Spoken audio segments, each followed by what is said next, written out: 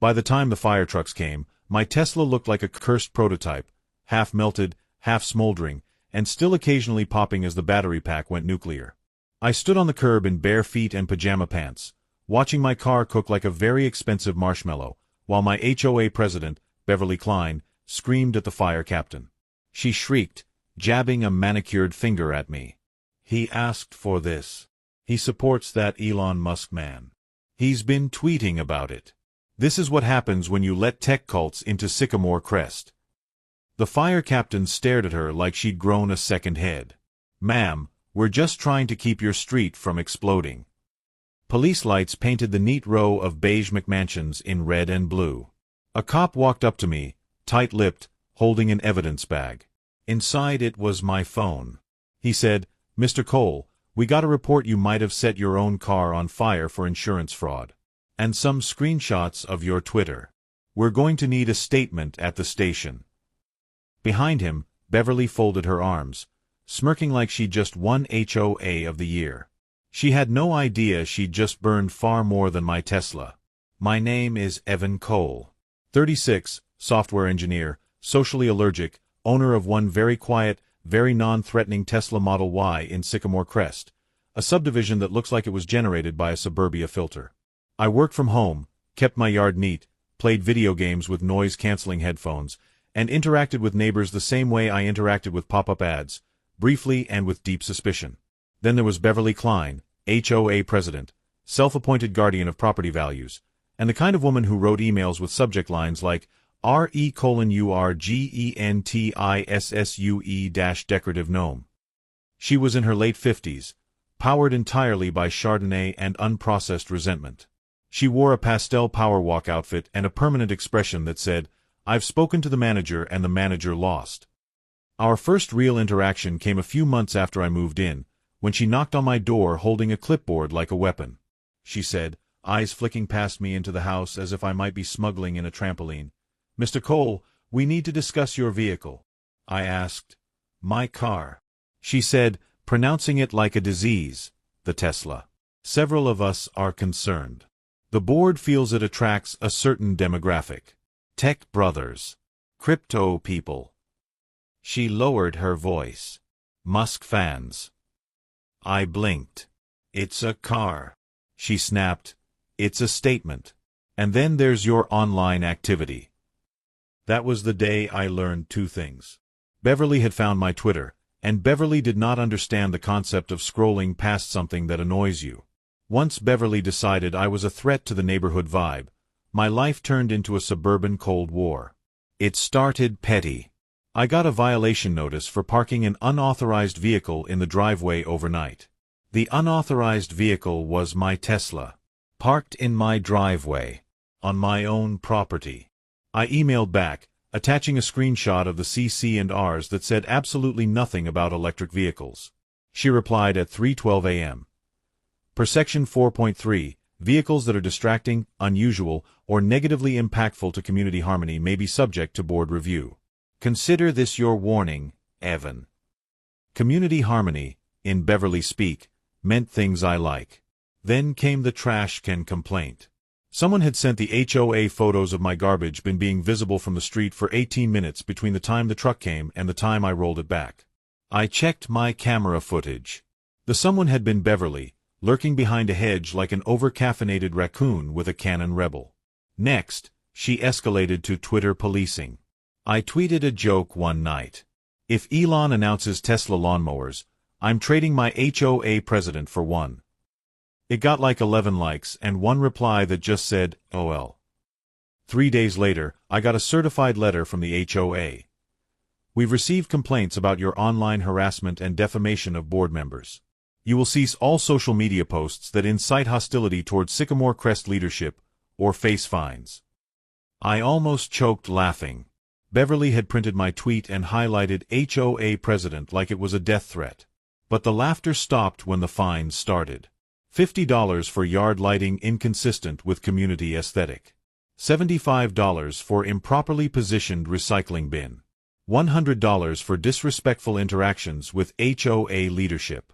And she wasn't just ticketing me, she was trespassing to find excuses.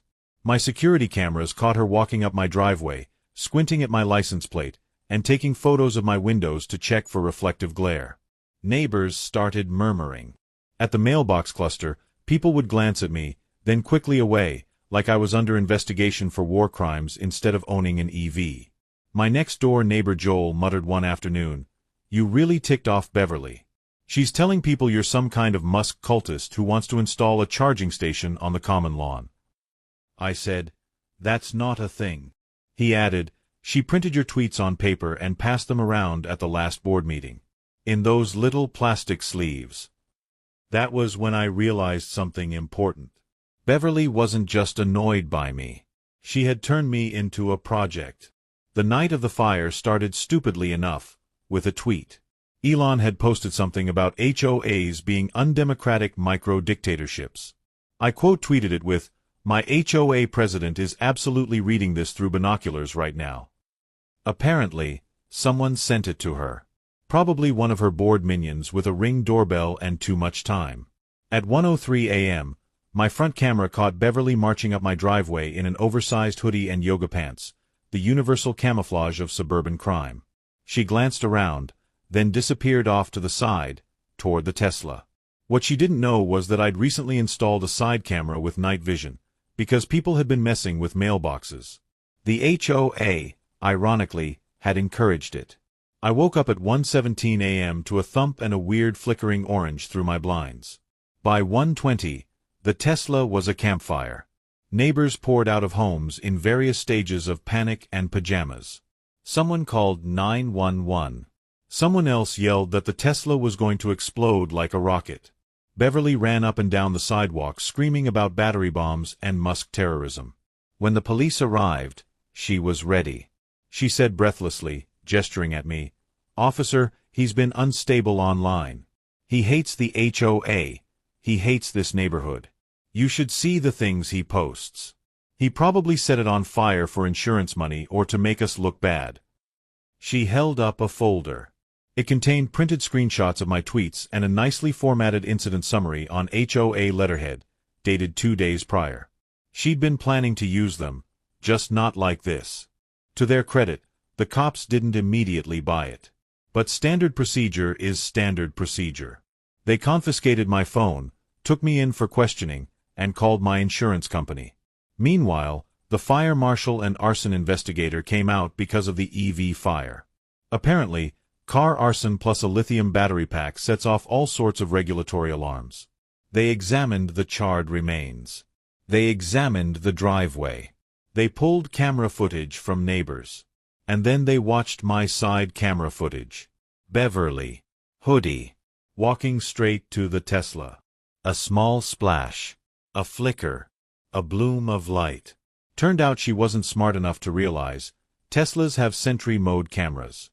The HOA's own safety initiative had pushed everyone to install more cameras. Every single one of those cameras was now a potential witness. By the time I got home from the police station at 6 a.m., exhausted and smelling faintly of burnt plastic, a detective was waiting in my driveway. He said, "Mr. Cole, looks like you're not our suspect." He glanced next door, where Beverly's house was. 2 patrol cars were parked out front. He added, "You might want to talk to a lawyer. Not about criminal stuff. About other opportunities." By the following week, the neighborhood grapevine was fermenting at industrial speed. People saw the cops lead Beverly out in handcuffs at 7:12 a.m. on a Tuesday. They saw the news van. They saw the arson investigator walking up and down the street with a clipboard. What they didn't see was me, sitting in a polished oak office, talking to attorney Malik Harrow, a civil litigator who looked at my folder of HOA notices and security footage like it was a Christmas stocking. He said, flipping through Beverly's violations, "So let me get this straight. She fined you repeatedly over bogus infractions, attempted to interfere with your insurance claim by accusing you of fraud, trespassed on your property multiple times, and then allegedly set your car on fire and tried to frame you using your tweets." I echoed, "Allegedly." He smiled slowly. "Evan, I would very much like to ruin this woman's week. Possibly her decade." The criminal case moved first. Beverly was charged with arson of property, filing a false police report, insurance fraud, and trespassing. Her lawyer tried to spin it as a misunderstanding and a panicked attempt to scare him into compliance that got out of hand. The prosecutor countered by playing the camera footage on a big screen and then, for good measure, projecting Beverly's own emails that had been seized with a warrant. "We need to make an example out of him," she had written to another board member. "If he wants to worship Elon Musk, he can do it somewhere that isn't dragging down Sycamore Crest property values." Meanwhile, Malik went to work on the civil side. He filed suit against Beverly and the HOA for harassment, defamation, intentional infliction of emotional distress, breach of fiduciary duty for the HOA board enabling her nonsense, and negligence for failing to rein her in. Discovery turned up a horror show of suburban tyranny. There were secret group chats where Beverly called me Musk Boy and discussed ways to make his life so miserable he moves. There were memos where she instructed the HOA's compliance volunteer to find anything that could be interpreted as a violation on my property. There was even a bizarre spreadsheet where she tracked my tweet timestamps against neighborhood disturbances, as if my liking a SpaceX meme caused someone's dog to bark. The board panicked. At an emergency community meeting in the clubhouse, the remaining members tried to distance themselves. One claimed, "We had no idea." Someone in the back called out, "Emails say you voted to approve most of these fines." Joel, my neighbor, stood up. "Yeah, and you all let her patrol the street like it was her private kingdom. This is on you." For the first time since I moved in, the room wasn't afraid of Beverly. They were afraid of being sued with her. The day of the civil trial felt like the series finale of a very petty TV show. Beverly sat at the defense table in a conservative blazer instead of her usual pastel tracksuit, her hair slightly flatter, her smile much tighter. The HOA's attorney, a weary man who looked like he regretted every life choice that led him here, shuffled papers like they might magically transform into winning arguments. Malik, my lawyer, started with the cameras. We watched Beverly approach my car. We watched her splash the accelerant. We watched her ignite it and run. Then we watched, side by side, the video of her telling the cops she suspected me of arson because of my concerning online presence.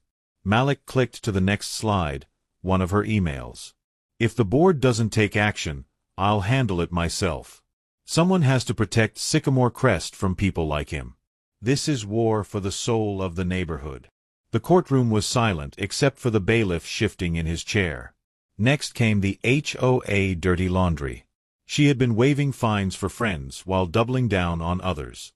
She'd used HOA funds to print out community safety packets that were mostly screenshots of my Twitter.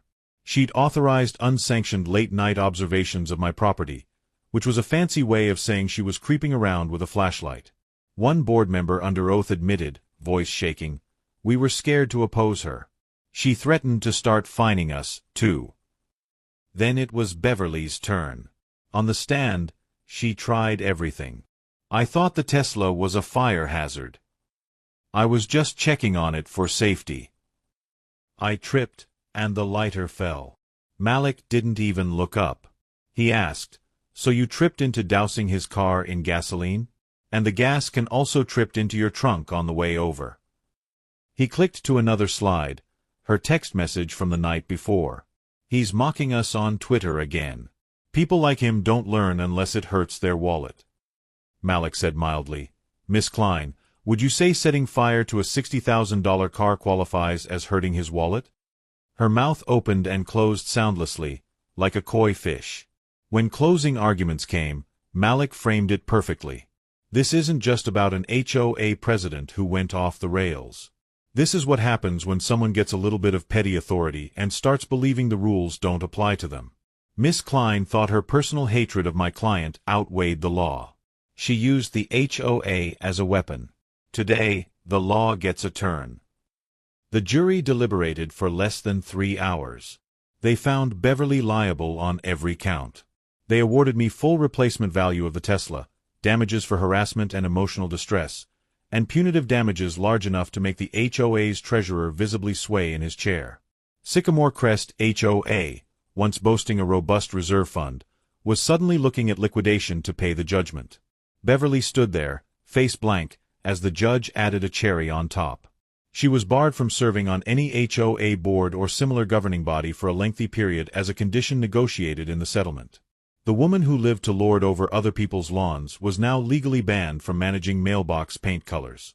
Her criminal case ended with a felony arson conviction and a sentence that included prison time, probation, mandatory restitution payments to the HOA, which now mostly meant me, and a court order barring her from living in or managing any community with a mandatory association. Last I heard, she was renting a small apartment in a complex where the closest thing to an HOA was a laminated sign that said, "Please take your laundry out of the machines on time."